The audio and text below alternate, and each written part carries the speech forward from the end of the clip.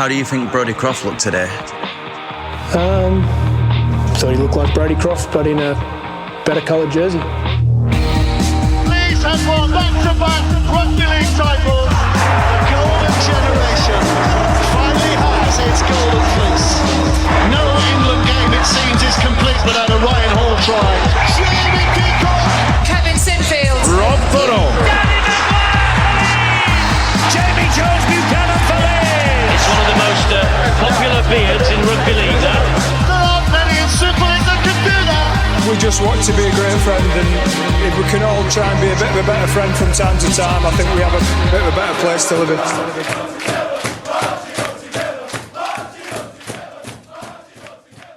The Lot Pod is kindly sponsored by Fast Signs. Fast Signs are an established family-run business who've been providing businesses around Leeds and West Yorkshire with effective signs and graphics for almost 30 years. Fast Signs are passionate about helping customers make a statement with signs that are eye-catching, effective and delivered fast. 3, 2, 1. Well, don't count me in. No, I'm counting you in because last time we have to do it. So go on. Keep this in. All right, okay. Keep this in. This is cute.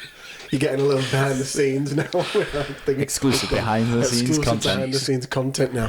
This is what's going to bring people to Patreon. Well, they've stopped doing behind the game, where you can do behind the podcast. Behind the pod at the start of the pod. Hi everybody. Welcome to the behind. Lot Pod. Welcome to the behind the scenes of the Lot Pod. Welcome to the Lot Pod, the Leeds Rhinos Lot 17A podcast, kindly sponsored by Fast Signs. Match review panel time. Joining me as always, my right hand man, left hand man to me, right hand man to you as you're watching it. My co-host, but our amazing stats man, Statman Rhys. How are you? I am pretty damn good. 30th birthday weekend. Happy birthday. Happy birthday. Everybody, and I mean everybody, leave a comment below. Tweet this man. You know the beautiful work he does for us. Wish him happy birthday. Also, did you just say how old you were? It's my 30th Bugger, this I weekend. wanted people to guess how old you are. Well, mentally, I've always been twice my age, so turning 30 is just a formality, really.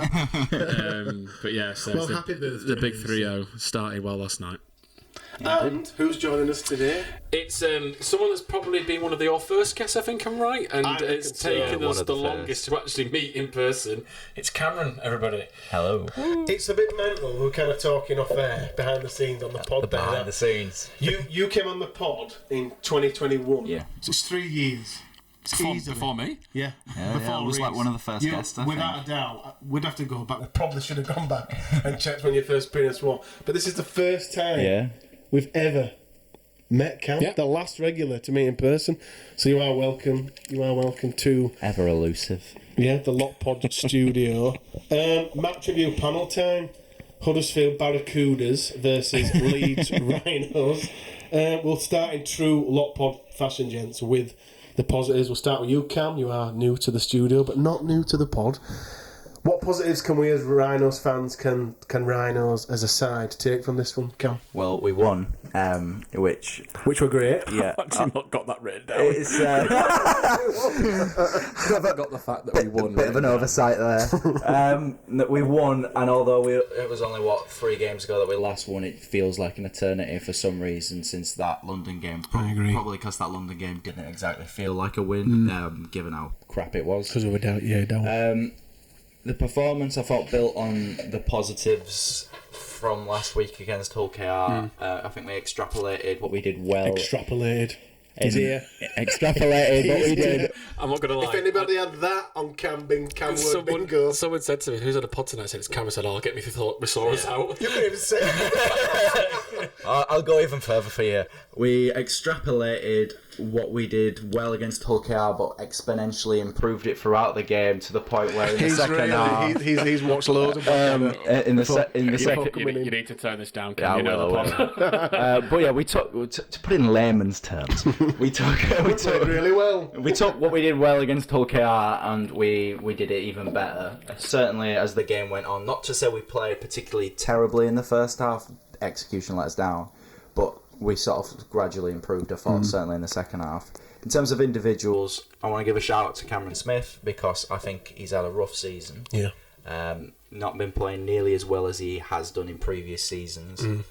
but I thought last night arguably was his best game of the season, and he did very simple stuff. I feel like his game has been overcomplicated and then therefore a bit of predictable passing too much. Whereas he carried really well last night, building on from I think he said over 100 metres against OKR. He listens. I do listen. And I just thought he did that really well. And then the other person I'm going to highlight is Matt Frawley, another player who's got his fair share of stick. Certainly, there was that, not middle part of the season, but after the start of the season, he was sort of really poor. I think the last few weeks he's actually shown up quite well. I don't think his long kicking game's particularly brilliant, but his short kicking game's really come to fruition the last 2 games especially. And he just seems to be playing better, taking on the line, making meters and creating things, which is what you want from your halfbacks. We will come on to Matt Frawley because I do think we have word to. of the day to describe Frawley. Another posh word. Is it a posh word? No, I've made it up. Right, you just made it up. I like this. Frawlificent. Frawlificent. Is that going to stick? You just coined a new word. There's another word there. Frawlificent. Let's bring it. Just keep saying it like I do Farmer, Arthur and Blaster. And it'll stick. You're going to performance. Blaster. Rhys, positives. Yeah, I've got a whole list, which is really, really nice for a change to have a whole list. So, sorry, just before you do, I was thinking when I was writing the positives for this pod, because this is produced and we do write things down before we speak. Or not. Remember, you'll know as well because you were there. The Agar days. Oh, we just didn't say. Honestly, I went back on my physical handwritten notes today, and the positives for like an Agar game was like the weather, and then we just went right. That's that, and on to the absolute shit show. Sorry, George, of the actual game. So we've got loads of positives. I've got a plethora here. So plethora. He's trying to meet me here. So first positive was actually the first time you and Chris watched the game together. That was good, right? So we watched the game together. I've got 2 favourite moments from Laurie on the night. I missed one of these. And let me tell you, obviously, I was devastated. Obviously, everyone knows Laurie and his view. Start of the game. He shouted, "Get into them!" But unfortunately, his voice broke. And he went to "Get into them!" And it was just hilarious. So good, I missed that. Nah, that's devastating. And then there was some fans behind us that were trying to make up an LA song, which should never be ever uttered again amongst Leeds Rhinos fans. But they started saying blue and yellow, and Laurie just turned around, and went, "And sorry, George, it's fucking blue and amber." And everyone started laughing. So there was 2 great moments from Laurie. Yeah, we're on form. To be fair, on form. I got Frawley down. Frolificent, as I said. I've got Miller as a positive. I thought the way he reacted, not just to last week, but to his own error in conceding the try. I mean, me and you were livid at that point. I was livid. It was so pissed off of him that he didn't put his body in the line. It was such a stupid thing. But from that moment in the game, he played absolutely brilliantly. So I'm really pleased with the action from Miller. I thought Newman getting his own back on Jake Connor. I don't know if you've seen. Delicious. After Huddersfield scored, he's there. Connor's having a right go at Newman, and then in that little scrap at the end, Newman goes right into his face. I thought that is just a so delicious. Kiss in it, yeah. And on that little scrap, I've got another positive. Jared taking on 4 Giants players, including Chris Hill. What I thought was quite interesting. Jared O'Connor, perfectly. Yeah. It does. And I thought the impact of the bench as well. I thought was a really good positive as well. On Miller, we'll start with Miller because, to be fair, last week when we kind of mentioned it to Kez, my mate, at the game, like he did the 4 errors, which were 4 big errors in the KR game, but his other stats, what was it, 171 metres, last 14 tackle. Yeah, what do you think? 140. So we were bagging it because the errors are so key, and that's the game. But from the moment, and we did have a go at him yesterday, as you say, when he didn't kick the ball through for the try, it was almost as if he was caught in 2 minds. Like producer Chris was saying, he should have dived on it, killed it. Yeah. I was saying he should have just put his foot through it and just booted whoever the player was, just absolutely leather the ball. You know, man in that ball. position, you put your body in the line. There was no one else going down the ground for it. No. I'd like to think in a grand final, you just go for that. You're protected by going down on the floor for it, and you've got to put your body where it hurts sometimes. And I don't think he would have, because I think the winger would have jumped over him if it had gone down in it. Either way, we were conceding a ball in touch or another set of 6. Or a set, yeah. But he managed to find a third option in that moment, which was disappointing. He sort of went in to kick it, but then didn't oof it kind of didn't take it, got didn't caught hit in it two enough. minds. He should have had the conviction to just I don't care if he kicked the other bloke on the chin, as long as he just kicks the ball dead. That ball should have gone in a touch. It should have absolutely gone into touch. Or been dived on. From that point, and taking in the KR game as well, because that one had a error-ridden performance. Sorry. From that point, the error there. He had a great game. Yeah, great under the ball. Didn't drop a ball, high ball. He started running some great lines, and the try he scored was lovely. The try was lovely. I mean, delightful. Amazing pass from Frawley, really well read. What a ball that was. It's made from him just being almost like a ghost in the background and unseen. Disguise passing. Wasn't touched apart from when he had to go around Jake Connor or whoever at the end. But yeah, after that he didn't really put a foot wrong. In a game where a lot of players, I thought, played well. But that's the sort of reaction you want to see from a player when they made a mistake. And obviously with Miller, technically conceding the try was his fourth mistake in a row because of the three in the previous week. The three in the other. So that's why he was a positive for me, because players can easily fold. And last week it just got worse and worse for him. But for whatever reason, yesterday he managed to rise above it and put in a really good performance in the end. Did you think, Cam, like Rhys says there, did you think it was a game for Miller to say, I am going to show what I can do? Obviously, he made the one error, which is neither here nor there, but I felt that it was a game where he kind of backed himself to be like, I'm going to show everybody just what I'm made of. I think so. I think it was one of, if not his best performance of the season. I will say this, whenever he's had a bit of a shit game, cover your ears, George, I don't think he's the kind of player who tends to shy away. Sometimes to his detriment, he keeps going and almost tries too hard. I think that's what we saw last week with some of the errors he made, like throwing in a touch, and the next minute he's running into touch. Forcing a bit too much. Yeah, so I think he deserves credit almost for, instead of rising to the occasion, just playing the occasion and doing what he needed to do to have a positive impact on the performance. I think another thing is he had an assist as well. After that Rhys Martin offload, it's him who goes through the gap. Yeah.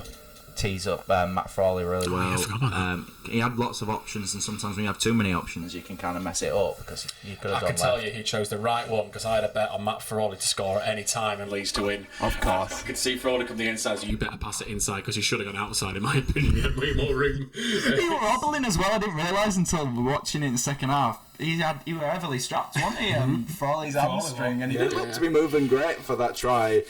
But I think another thing that impressed me with Miller for this game is all season he seems to have gone sideways too often and sort of ignored space, ignored gaps. It seemed to be yesterday he was running straight. I mean, there was another example, it didn't lead to a try, but I think Croft went across the line, turned it inside, and Miller just went straight through, and it was as straight as I've seen him run ever, because he never seems to run. Yeah, he's a bit of a crab. Yeah, he's a bit of a crab. Whereas he just went straight through. I mean, he got tackled, but it's a positive because, and this is, I noticed Alfie Edgell did something earlier in the game as well, where he chose to sidestep when there was half a gap in front of him. So all right, if you get tackled and go for half a gap, get quick play the ball and go again. But hit the gap, yeah. Yeah, I think players like Miller and then a bit like Alfie Edgell, he's only learning.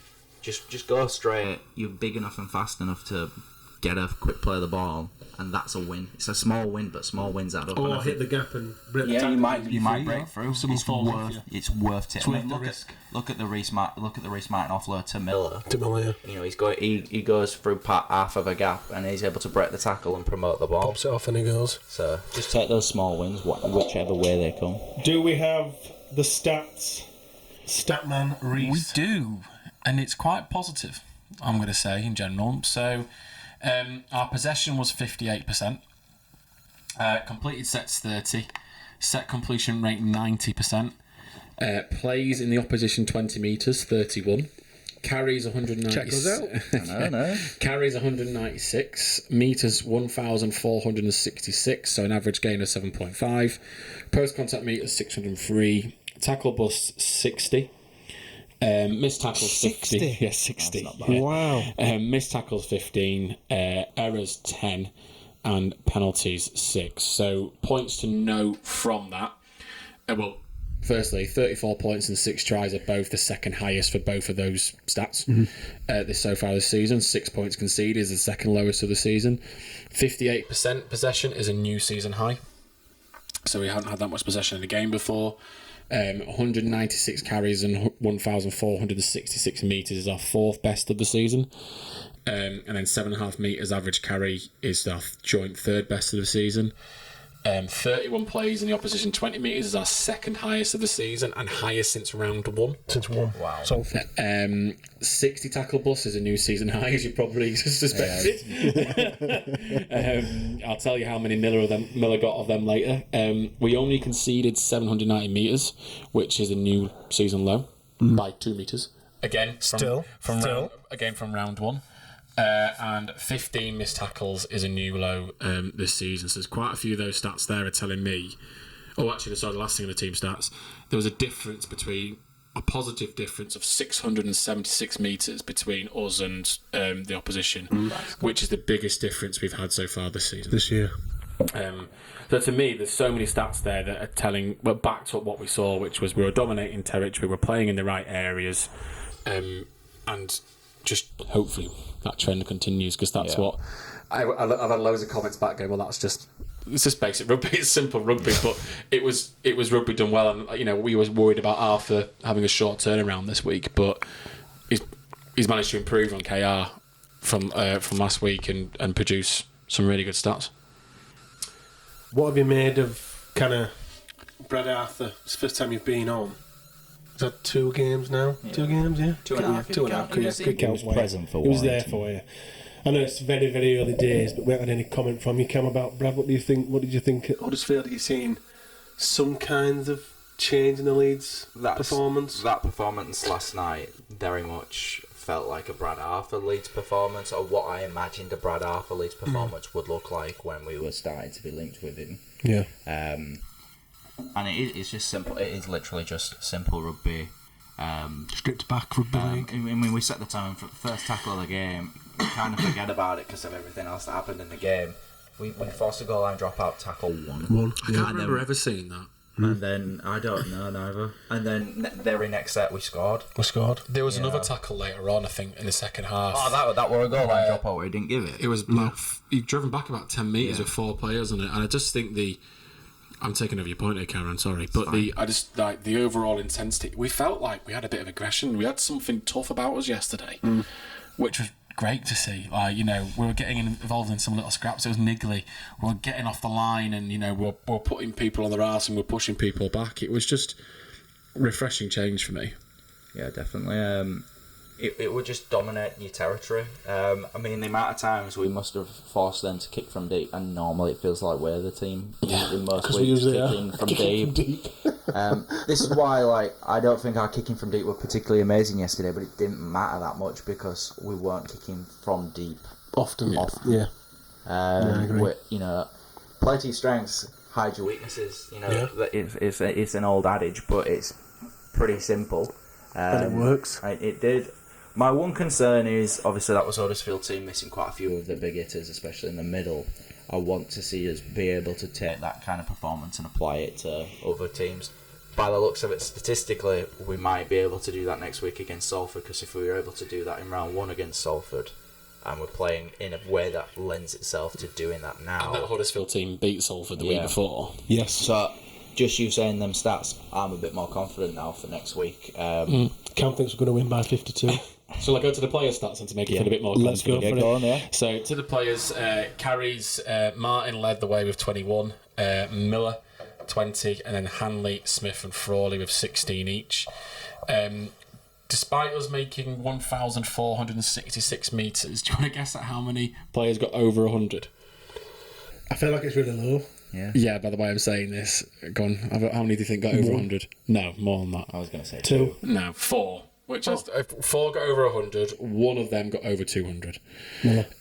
Miller got 228. That's highest which is a new record high for Rhinos this season. So he overtakes Ash, who had the previous record so far. So, 221? 228. 228 metres, That's Joey Mano stuff, off 20 carries as well, so it's still a good average carry for him as well. Hanley, obviously 145, Rhys Martin again 136, and Aletsky back in the hundreds with 103. Surprised James McDonald's not there, or Cam Smith? No, he wasn't. So I think Cam Smith had just missed out actually. So if I just look at the people that had just missed out, there was a couple. So Momorowski was 97, Cameron Smith 95, Edgell 89, Frawley 84, Newman 81, McDonald 71. So there's a lot of contributors towards those meters, which feels quite nice for a change rather than it just being a one-man band from there. Tackle bus, only one player didn't register one. That's the who. Again, bets on who didn't get it. Essie Junior. Nope. Oh.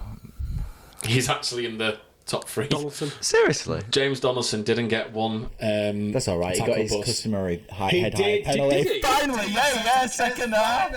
Finally, second half, like after about 55 minutes. I think. Gutted I missed that. Yeah, I was. He's not had one in fucking ages. And that's his biggest trait. He's the Jack Grealish of rugby league. I mean, most foul, he must have been one of the most fouled players in Super League for a time. I missed that. Anyway, Miller's top, as you'd expect. Yeah. Only 13. Down one. Come on, last swap him. That's rubbish. So Nowhere near good enough. Miller with 13, Hanley with 5, and then Momorowski, Martin, Frawley, and Essay with 4, and that's a season high for Frawley and Essay. Tackles, we didn't really make a lot, I'm going to be honest. So Martin 32, Walensky and Smith 29, McDonald 28. Martin 32? Yeah, and O'Connor and Ackers. Yeah, it's the first time Martin's... We didn't make... It's the first time Martin's topped the tackle charts. Yeah, it just shows the importance, though, of doing the basics right, because I think most people tell you defending's the harder part. You'd rather have the ball because it's less energy sapping. So if we're at a point where our most tackles is 32, you're saving energy. We're doing something right. Yeah. Exactly. So to highlight just the 2 players that we've already really talked about, but I just think it's worth mentioning their stats. Miller, 1 try, 1 assist, 20 carries, 228 metres, 11.4 metres per carry, 3 clean breaks, and 13 tackle bus. Yeah. And then Matt Frawley, 1 try, 3 assists, 16 carries, 84 metres, a clean break, and 4 tackle bus from there. So two really impressive figures in stats there. How many metres? Because we kind of highlighted Sam Essay Jr. last week. He got 17 metres from 8 carries. He got 37 off 10. And he got 37 off 10. Still not In comparison, Dono got 69 off 7. So Dono actually carried for 9.9 metres per carry. That's not bad. Which is good. Lasone, 70 off 9. My dad asked me a question which I didn't know how to answer. Have we missed James Donaldson this season? Is that where we're at? Like, as much as I like James Donaldson, I mean, I like him. I never thought. I just didn't think we'd be in a situation where he comes back and I'm going, jeez. Yeah. But it feels like it's a player under Brad Arthur that Potentially. Brad Arthur likes. It's the people that work Certainly hard. seems that way. They don't. And you've seen McDonald Farmer Arthur likes him. get 2 really good performances. McDonald got player of the match yesterday on Sky. Yeah. Although they did try to give it to Donaldson, apparently. They did. Yeah, they tried to give it to Donaldson, but they meant to give it to McDonald. McDonaldson were like, this isn't for me. Donaldson. Donaldson. It's their love child. Because it's But yeah, but there's certain players that I think Do you like are I say starting Crawley? to thrive. We haven't done that one for a while. For the combo. Yeah, we haven't done that one for a while. McDonaldson, the new one. Yeah. But yeah, I think there's certain players that will thrive under Arthur in terms of that work rate and that energy stuff, and I think Dono actually works in his favour in that way. But McDonald's one that's certainly benefiting so far as well. That's why I thought he'd had over 100 metres, because he just seemed to keep going on drop-offs and make a load of metres, but he just did not have many It's funny because when you were at the stadium and we found out McDonald got player of the match, we're like... I was still a bit shocked. Like, I didn't expect him to get man of the match. I thought Matt Frawley were. I would have given it to Frawley. In hindsight, it maybe looks like Miller should have got it. We'll look at him later on. But on Matt Frawley, 1 try... Frolificent game from him. 1 try, 3 assists, another brilliant performance from him. I thought his kicking game were brilliant, short kicking game. I thought it were brilliant. When we actually did kick after that first half. Yeah, he's now kept going to Croft, though, didn't it? And there was one kick that it was where we hadn't much on, but he just did a little chip over the top and it caused pressure and it forced a knock on. Yeah. And it was, I remember me and you looking at each other going, that's just something we hadn't seen from him. A bit of clever, a bit of nous. Yeah. But yeah, his kicking game was great. His man of the match at London, man of the match for the KR game, potential man of the match. This is Lot Pod man of the match, by the way. Potential the only one that matters. Of course. We'll come to it later on with the player ratings and the fast signs man of the match. But that's 3 games now, Cam, where Frawley... I mean, last night, again, we'll talk about Croft after this. Frawley were massively outshone Brody he did. on an enormous scale. Is this... I didn't expect this Matt Frawley at all. When we signed him from... I didn't expect this at all. You kind of touched on it briefly earlier about he's had a tough year, being dropped in and out. He's patched up a bit. Can we expect him to play... Do we need this more often if we're going to push for the playoffs? I think in the small sample size, he's played well for an extended period of time. I'd take it all the way back to the league game, and that's when I think things kind of changed, because I feel that league game, Croft was given a bit more sort of control of the team, which was previously Matt Frawley's. And I think that's taken the pressure off Frawley, and now he's playing his best game. You forget, there's a big difference these days between a 6 and a 7. A 7 is supposed to be your organiser, they run the team, and your 6 is the guy who's free to be creative. He was playing 6 last year for Canberra. Arguably, that's his best position. And now I feel like we've sort of gone back 10 years where they're kind of sharing the organisational workload, and that's allowing them... I mean, obviously, Croft didn't particularly shine last night, but it's allowing them both to have moments where they're able to take on the line and just not have that pressure. They're kind of sharing the pressure, if you see what I mean. And his shot kicking games come on leaps and bounds. It's, again, maximise your strengths, hide your weaknesses. If we can get downfield and get Frawley or Croft, both who I think have great shot kicking games, the number of tries we've scored from kicks this season seems to have been massively improved upon recent seasons. That's far better than getting Frawley to kick from his own 40-metre line, which is hard enough as it is, and I don't think he's particularly good at that. So we've got... Are we ever going to live in a world, Rhys, where we see both Crawley playing well together? Because at the moment it seems to be Brody has a good game, Frawley doesn't. Frawley has a good game, Brody blows hot and cold. Do you think will we ever see a game where they're both... I think we will. Have we seen that yet? I can't recall. I can't recall a game, arguably. Probably the league game. I think, but Brody were playing like 10 men. Yeah, Croft by far better. I just think... And does it matter? No, win, you don't. Not in reality, because there might be one of them just might suit a game more than the other, or it might be coming off more for one or the other.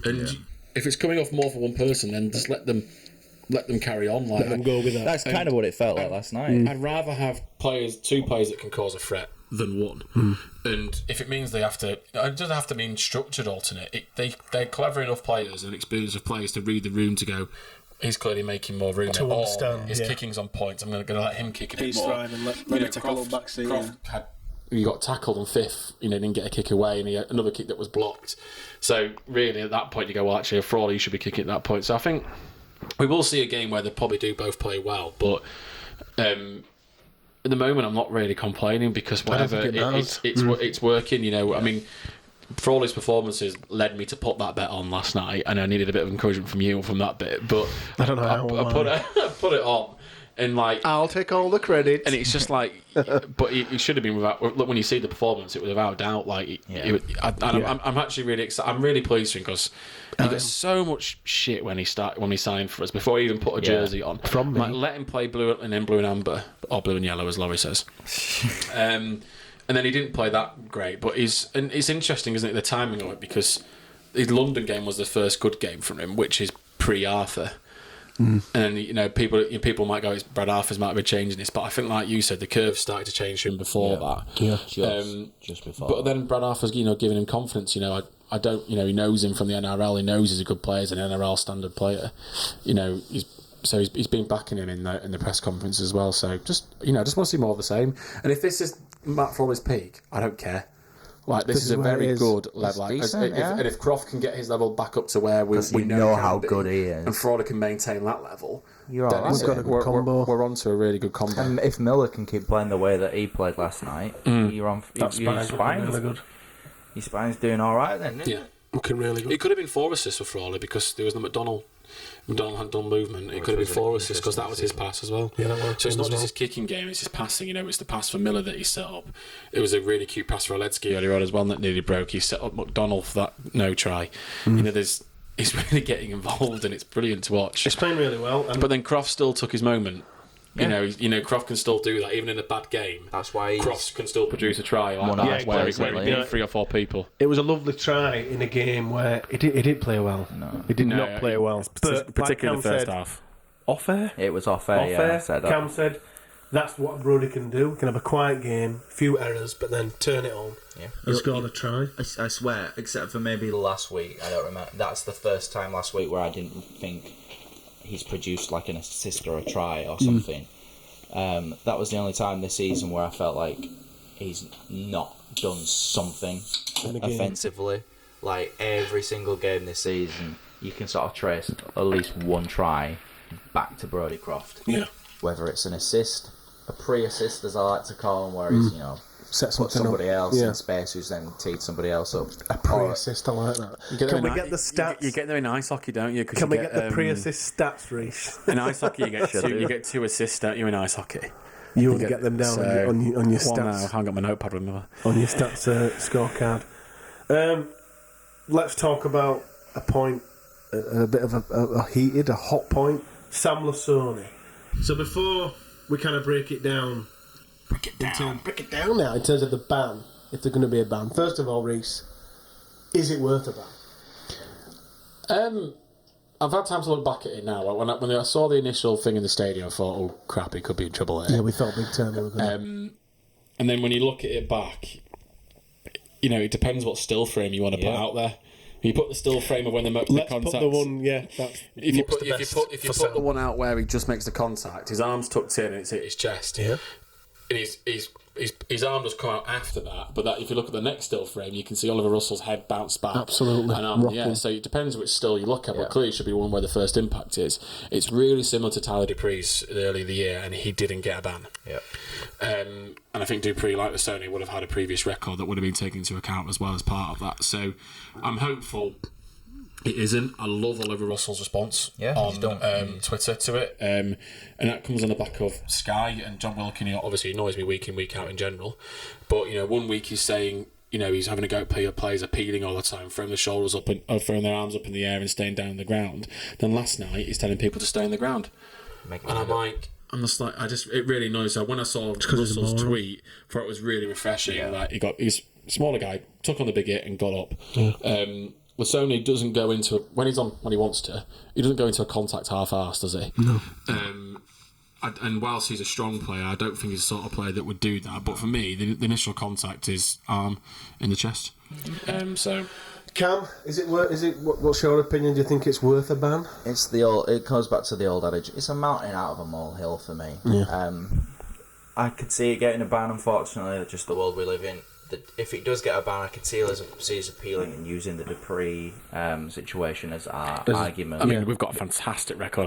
We so do. Yeah, we should get Rhys Martin to front that RFL meeting for Sam. So I'm concerned because I just don't trust the disciplinary process. This doesn't seem to be. There's a bit more consistency, arguably, this season than in previous years, but I just don't trust it. So I could see him getting a ban. But just the whole approach to the situation is just not for me. The whole Dupree thing for me, like you both mentioned there about Dupree didn't get a ban, actually fills me with dread. Yeah.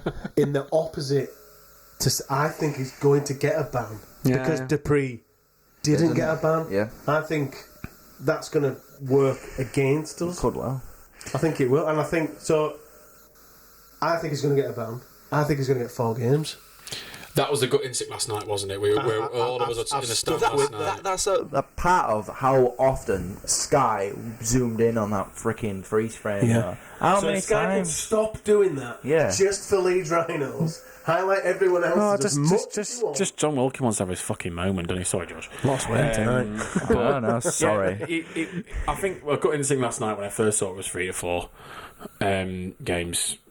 I'm hopeful that they use the Dupree one and in the right way and go, look, it's very similar, and therefore it is nothing. And I'm hopeful for that because we don't have a pack as it is. No. So if we lose Lasoni, and I know you want to next on your list potentially talk about Aledzki potentially. Yeah. who we start next week. You know, and in a game where we had such great impact off the line, up the middle, if we lose 2 big props, where does that leave us? So part of me is hoping that we get some sort of sympathy vote out of this. So I think 4 games. You think 3? I think no ban. You think no ban? What do you think? I hope. I'm going to go 2 games. I think, 2 I think games. he's going to get one. Before we move on from Lasoni, though, I think he's a player in that game who best summarised the Brad Arthur evolution of this Leeds team. I think that was his best performance defensively, which is a really random thing to say. Every now and again, well, more often than not, he comes on and does a big run, maybe a few big runs, and we all like him for that. But if you watched him last night defensively, he was lifting the intensity, running off his line, which is something I don't feel like I've ever seen him do before. In the second half, and it was after a controversial moment. He just kept going, which is not something I usually attribute to Lasoni. Sometimes I think he can go missing, whereas he kept running it in hard, kept making meters. But in defence, he was leading the line for a Do you think that comes from the fact half. that the whole team was leading the line, though? Because I think that probably helps. Stand back and obviously Jared might have shot out, or which we did see. Whereas I think it's the overall philosophy if you don't change. move forward, you're the odd one out, Yeah. aren't you? So you have to move forward. It was just impressive to see him make consecutive tackles.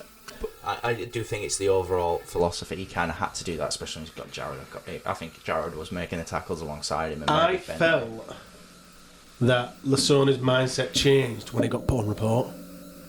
I was like, just use him as much, give him all the minutes, because he might not have the chance next week. I agree. I genuinely think when he got put on report, he was playing like, I have nothing to lose here now. I probably wound up Adam Milner as well. Still wouldn't wound them up with I love Guy that. showing it loads, and he got binned in. Yeah, he got binned Milner, again. Griffiths wanting his moment. Again. And that's just how I read it. I felt like he was playing with a man who thought, cover your ears, George. Fuck it. If I'm getting banned, I might as well play with a bit more freedom, a bit more aggression. Properly. Yeah, I'd love it now then if he didn't get banned. And he's been like, but I'm getting him. So we talk about Lasoni and his potential ban. Aledzki finished the game injured. I think post-match, Brad said he's all right. Yeah. Well, we need him to be. We do. Because I think he said it was a shot in the this, ribs. And when I saw the replay, when I watched it at home last night when I got back, it looked like I thought he rolled on his neck, and that's what I thought the issue was. But apparently it was a rib shot. But apparently he should be all right for next week. It did look like he rolled on his neck, but when he got up, I did think it was his ribs that were making him. He's one that player way. that you just can't take out of this side. Does not get the credit he deserves from Leeds fans. I don't think Leeds fans give him enough credit. I can't remember who I was talking to the other day. Oh, it was my dad's mate, and they're entitled to their opinion. Michael, if you're watching, I do love you still. But not that enamoured by Aledzki. Just surprises me because every week. I think just because. What the hell are you thinking, Michael? It doesn't help that he's literally passionately in love with him.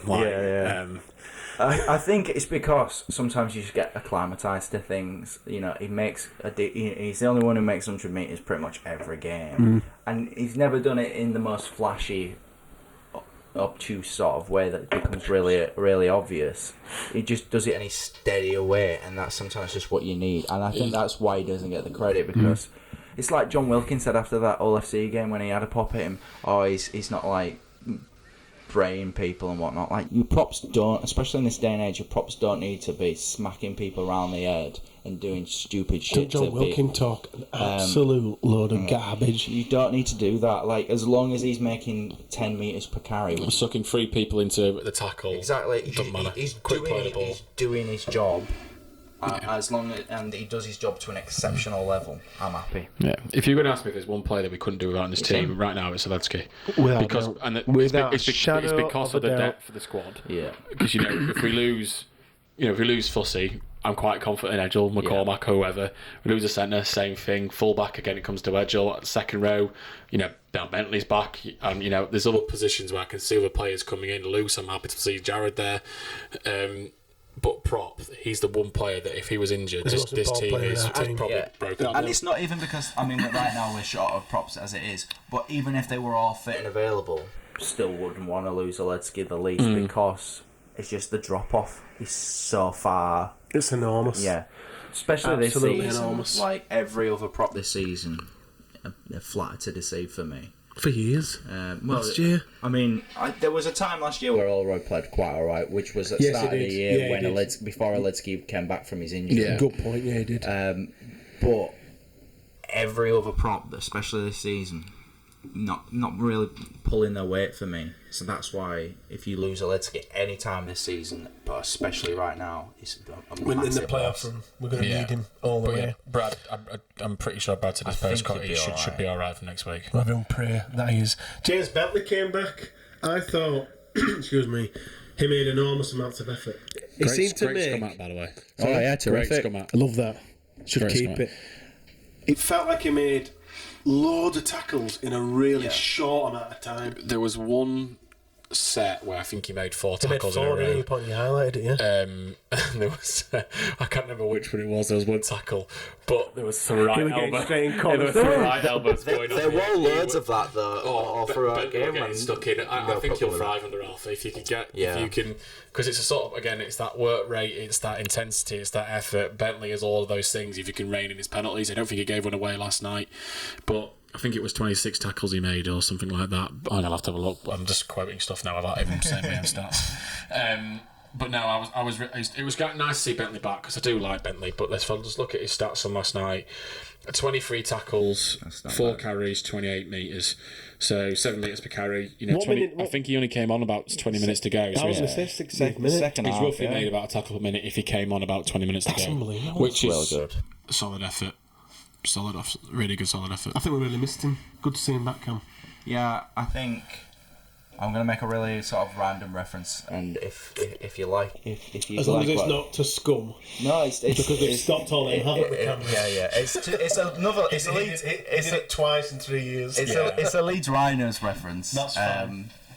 Shall we allow it? I think you should. It was a Carl Ablett in the 2017 Grand Final performance. Ablett came off the bench, and there was this period in that game where he was just tackling everything that moved, and like Bentley did last night, made like 4 or 5 tackles in a row. And sometimes you just need that off the bench. And the bench, I mean, you picked up on your positives. Absolutely brilliant.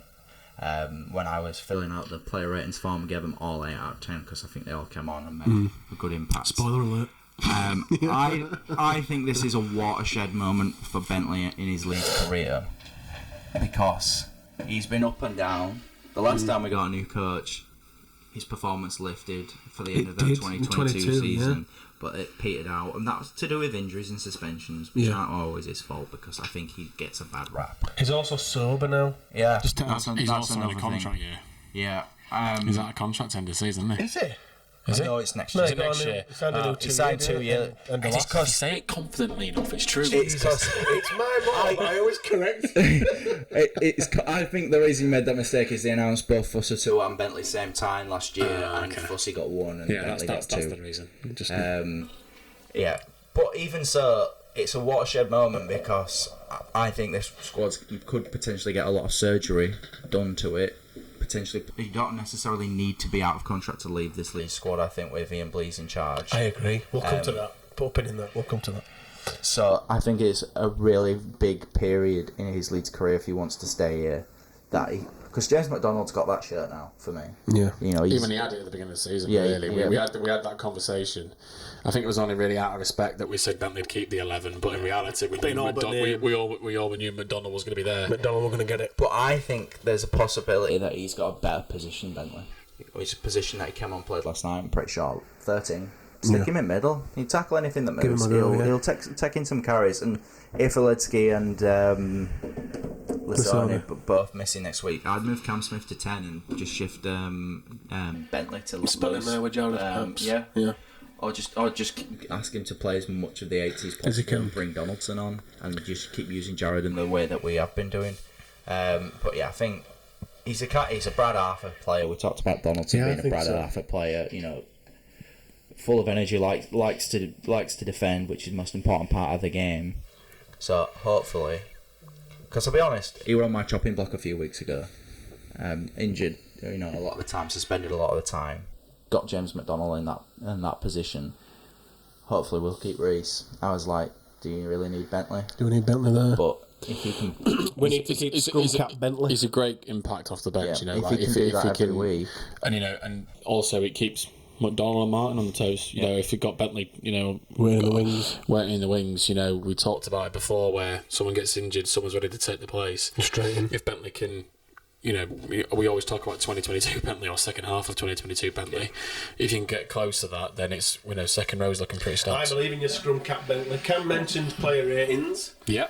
Let's delve into the player ratings, Statman Rhys. So you might as well just do Chris's catchphrase now. Too low. Thank you. Because the first one, and admittedly, I think I gave him a lower score than this, which is Miller's. And I think I scored him after I saw his stats. Before I saw his stats, and I feel like I should have changed my own score. Like he got 7. That is way too low. I give him a 9. That's not on me. People gave him 10s and 9s. People did, but 7 for him. Never give a 10. Edgel 6.1. About right. Momorovsky can't shake the haters. He was on 5.5. Really? Didn't really do anything wrong. Oh, he did. He dropped the ball a couple of times, didn't he? Yeah. It was one of them performances where he wasn't brilliant, but he wasn't great. He would, to me, that's a 6 out of 10, and I'd have given Edgel. So. Yeah. Newman 6.4. If I'd have seen the footage of him going into Jake Connor's face, Been a 10. I don't know. I'd have given a 10, but yeah, 6 out of 4 for Newman. 6 out of 6.4. Ash 7.7. Croft 6.2. Too high.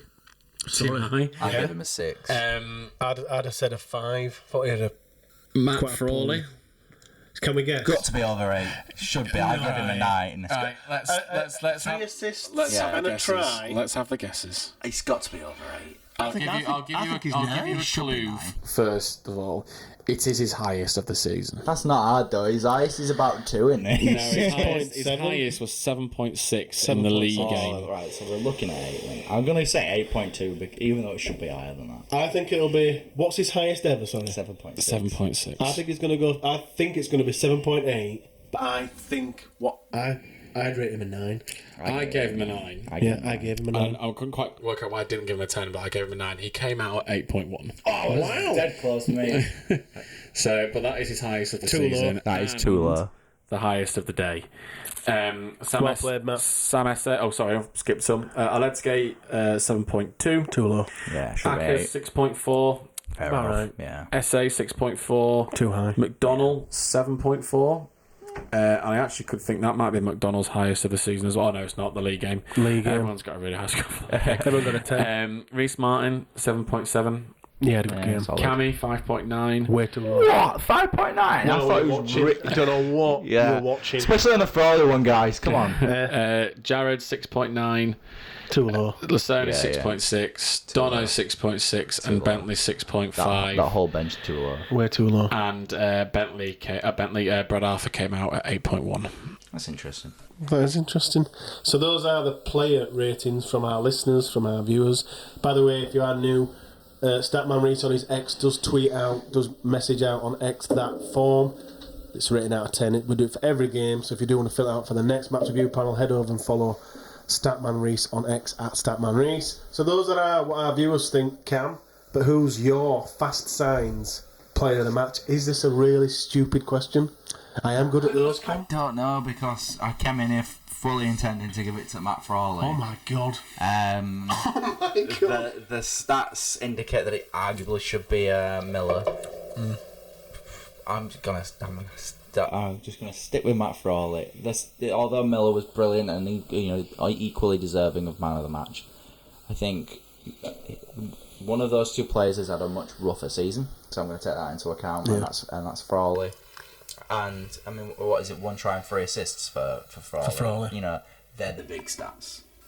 Although meters are important and all that jazz, but you win and lose games on tries, and so that's why Matt Frawley gets. Is this an really easy answer, Statman Rhys? I think it is easy, but I think this week does deserve an honourable mention to Miller. I think I didn't, especially after last week. And admittedly, he wouldn't have been honourable mention until I saw those stats. 228 metres is massive. 11.4 really minutes to carry, 3 clean breaks.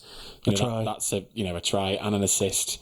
It's a massive role in that game, especially considering that his errors continued into the start of it. But without a doubt, it's Matt Frawley. Like you say, 4 try involvements. Arguably, so could have been a 5 if McDonald's was. Yeah, so I'm enjoying the Frolificent story arc at the moment.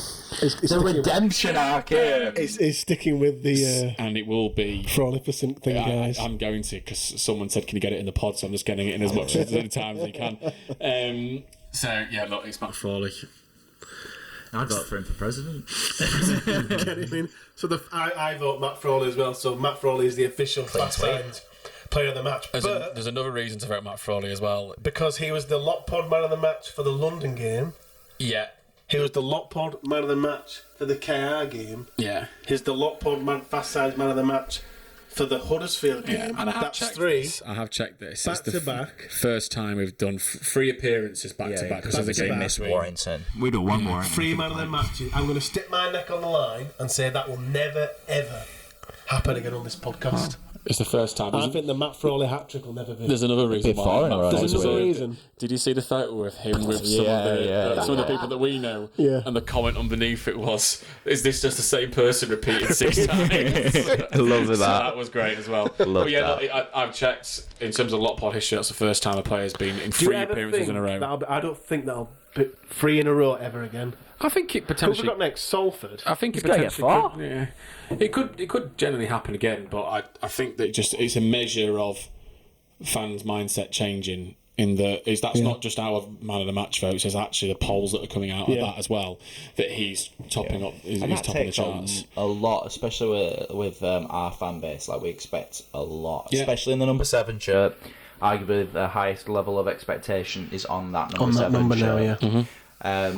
And to have the sort of rough, first half of the season that he did, and to be playing the way that he is now, deserves an endless. Just more of the same, please, Matt. I agree. Yeah, more of the same. So that's the match review panel for the Huddersfield Barracudas game. Farmer Arthur came out. Was it after the I feel like you game? need to explain the Barracudas bit. No, we shouldn't. No, but Okay. Chris told us that's what they used to be called. There Just we put go. it out there. There we go. Farmer Arthur mentioned after the game in the press that he is meeting with Blaster this coming week, Also known as Ian Blease. to talk about recruitment as the transfer window slams shut, because it always has to slam shut at the end of the week. What can we expect? What do you expect, Rhys, if anything? I don't think a lot. To be honest, and I mean, look, I think there's a lot of work to do. And I know Brad Arthur said he was taking calls from people saying that they're interested. It means that there's a quota spot if they're coming from Australia. Yep. So that means you're probably sacking off Fussy for the rest of the year. Yeah, most likely out of anyone. But you still have to pay him off. There's costs associated with that. I don't know how that works with the salary cap. Yeah, but I would happily have another prop in regardless. I'm always happy to have another prop in. Yeah. But I'm hesitant to say I definitely think something will happen, because there's a lot of moving parts that need to happen to come in, especially if it's bringing someone in that Brad Arthur knows. If it's because that's a sport. Because otherwise it's going to have to be Ian Blease explaining to Brad Arthur why I think this is a good player for your team, which in essence is actually his role. That's his role. That's his job. That's your job. So by the way. I've kind of talked myself out of it that way, but I'm not expecting a lot of movement. I just think it would. I just find it, and I always put 2 and 2 together, always, and get 5. I just think the fact that Farmer Arthur has mentioned this. Are we reading too much into that? Yes, you are. As I always do. What do you expect, Cam? Are you expecting anything? Cover your ears, Jaws. I'm expecting jack shit. Yeah. To me, that just reads as a line in press conference. Probably will have a meeting to discuss options, but their options aren't going to be. They're going to be few and far between.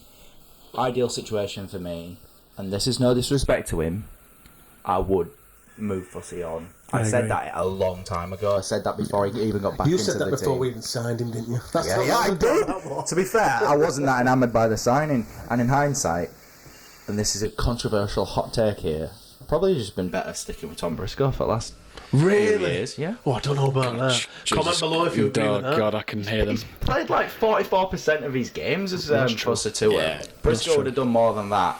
And Fussy probably would play a little bit better than Briscoe, and obviously Briscoe's tailing away now. But you do the same business. Briscoe stays here, and then you bring all in. I think this situation would be more likely if Riley Lum doesn't get injured. Yeah. Because I think Fussy would have found it hard to come back if Riley Lum was... it was a very small sample size, but if Riley Lum had continued anywhere near like he started, it'd have been very difficult to drop him. That's one of the biggest shames of this season. And therefore...